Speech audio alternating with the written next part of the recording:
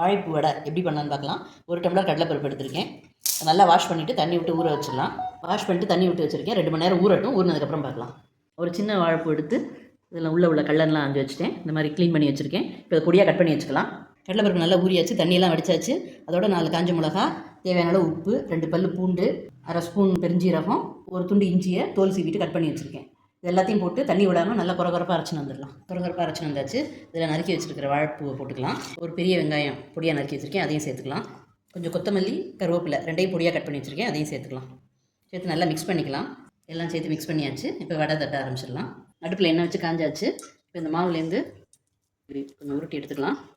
கையில் வச்சு அப்படியே தட்டிக்கலாம். தட்டி அப்படியே போட்டுடலாம். ஒரு பக்கம் வெந்தாச்சு. இப்போ திருப்பி போட்டுக்கலாம். இந்த பக்கம் நல்லா வேகட்டும். நல்லா வெந்தாச்சு. இப்போ எடுத்துடலாம். வாழைப்பூ வடை சூப்பராக ரெடி ஆயிடுச்சு.